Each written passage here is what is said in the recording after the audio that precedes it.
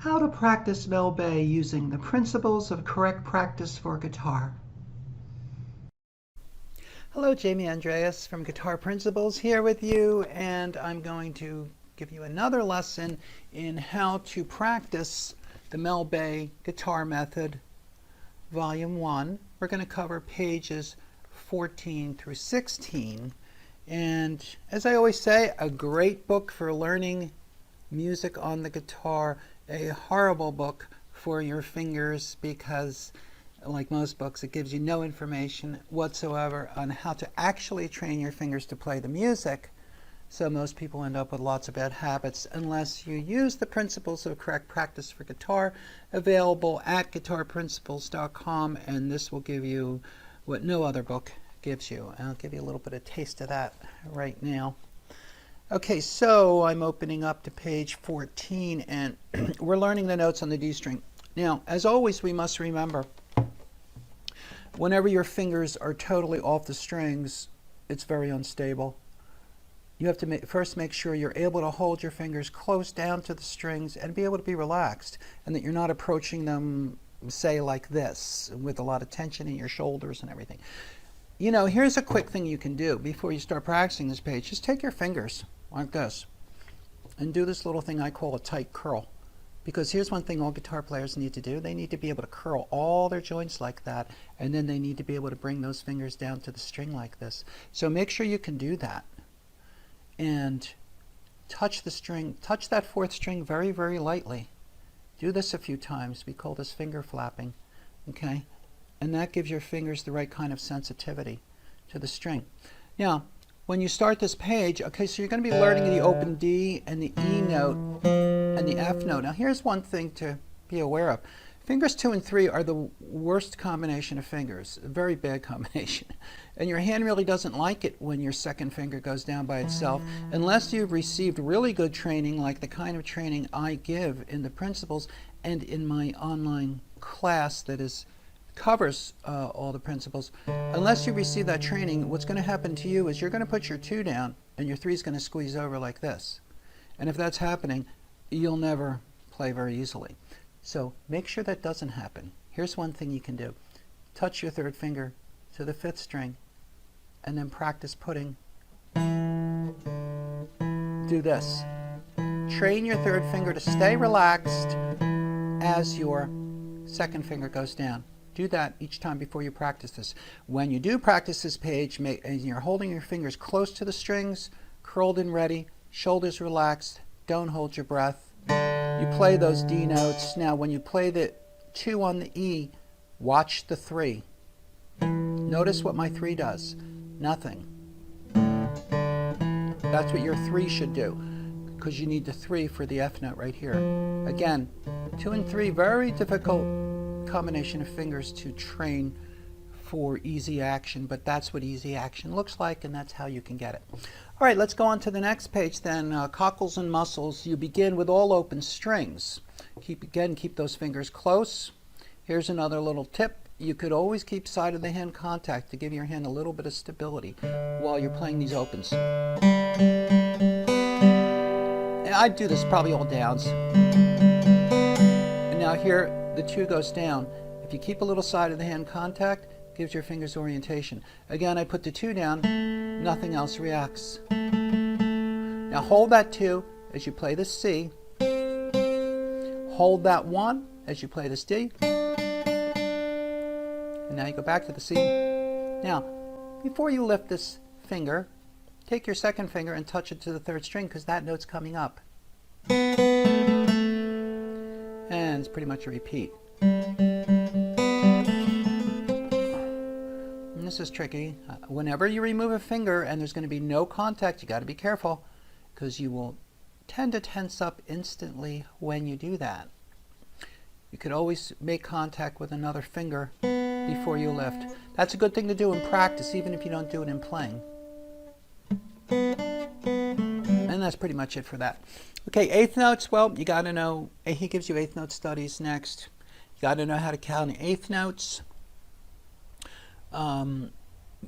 It means 2 notes inside of the beat. 1 played when the foot is down, 1 played when the foot is up.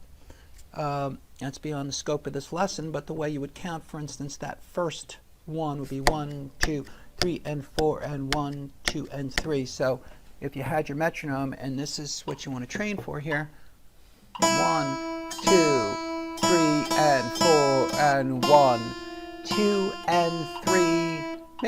Make sure you stop the sound on that rest that he gives you on the fourth beat. So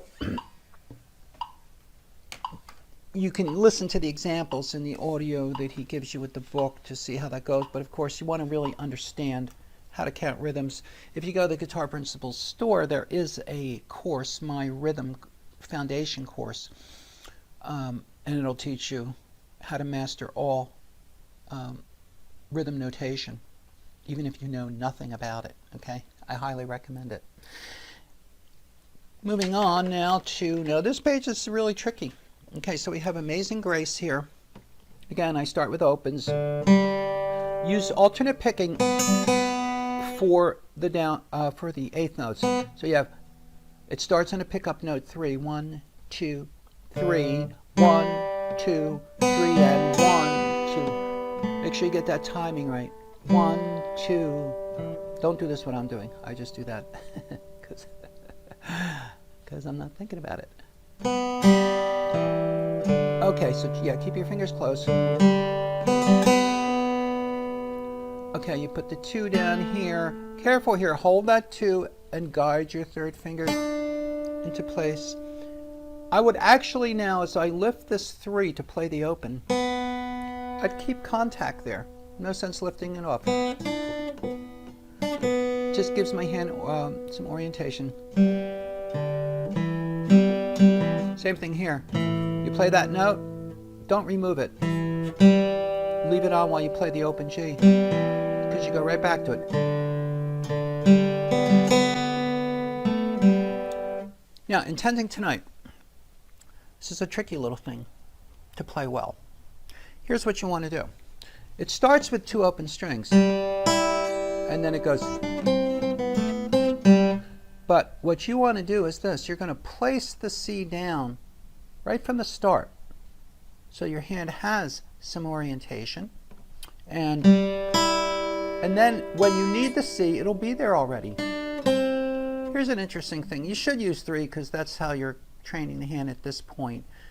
Notice I'm holding my hand like this, and I'm not like this. The fingers are close. But one thing you want to know, as far as guitar technique goes, it's actually easier to use 4 if your hand's well trained, because it doesn't require a stretch out.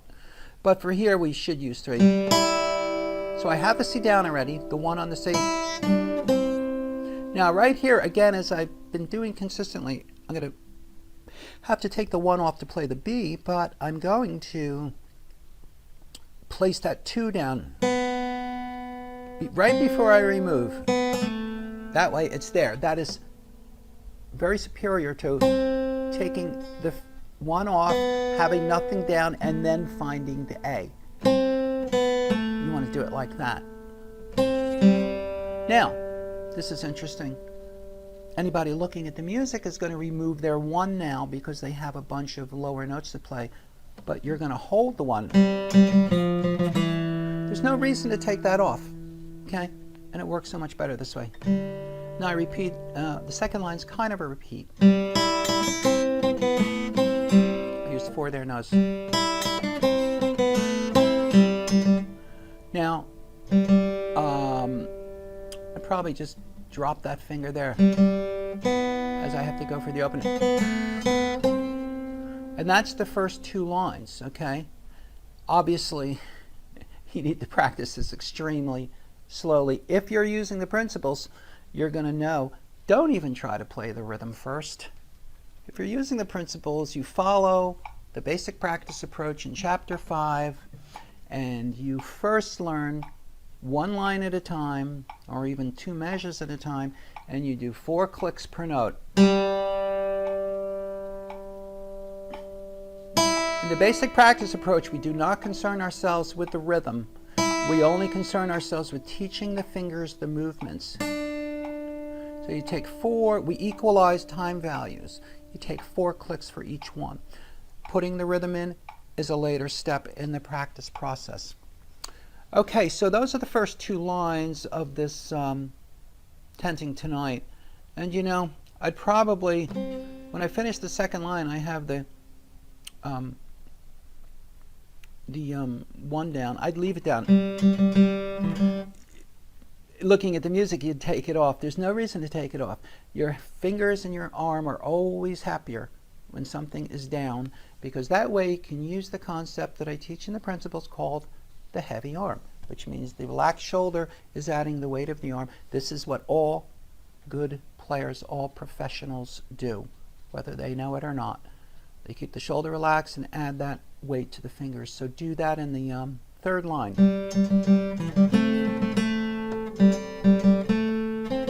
And that'll just be so easy like that then. Then the next two lines are pretty much a repetition of the first.